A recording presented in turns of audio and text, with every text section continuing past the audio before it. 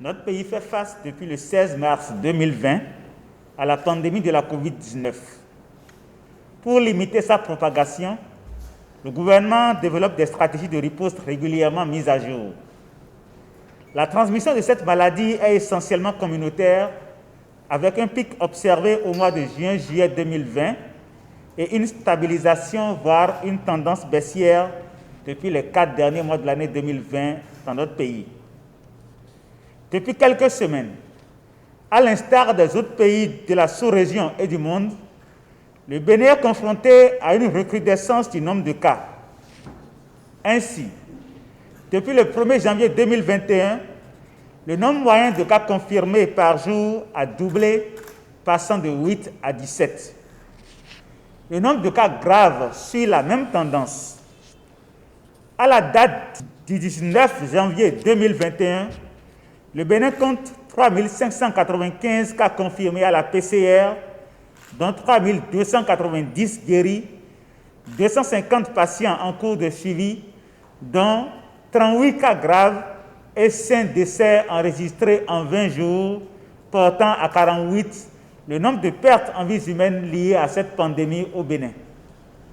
Ces cas graves et décès sont enregistrés surtout chez les sujets à risque, âgés de plus de 60 ans, porteurs de diabète, d'hypertension artérielle, d'accident vasculaire cérébral, souffrant de drépanocytose, d'obésité, d'asthme et d'autres maladies cardiovasculaires ayant consulté tardivement.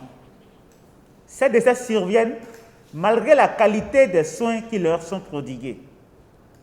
Pour maîtriser la situation épidémiologique actuelle, le gouvernement prescrit le respect strict des mesures barrières, à savoir le port systématique de masques, le lavage des mains à l'eau et au savon, ou encore la désinfection des mains avec la solution hydroalcoolique et le respect de la distance de sécurité sanitaire d'au moins 1 mètre entre personnes, la consultation précoce ou l'appel du 136 au moindre signe faisant penser à la COVID-19 ou assimilable à des signes de grippe ou de paludisme, fièvre, toux, éternuement, rhume, diarrhée, perte du goût ou de l'odorat, difficultés respiratoires pour ne citer que ceux-là, le dépistage et la mise sous traitement présomptif systématique de tout cas suspect dans les formations sanitaires et les sites dédiés à cet effet sur toute l'étendue du territoire national.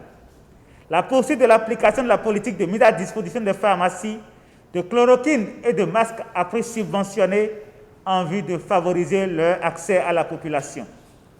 C'est le lieu de rappeler à nos concitoyens que la vie a certes connu une reprise relative de son cours normal, mais la pandémie n'est pas terminée et nous devons rester vigilants.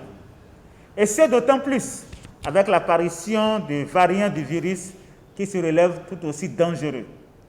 Nous devons par-dessus tout penser à la protection des personnes fragiles de notre entourage qui payent un lourd tribut au virus. Nous devons plus que jamais redoubler d'attention et de discipline pour venir à bout de la COVID-19.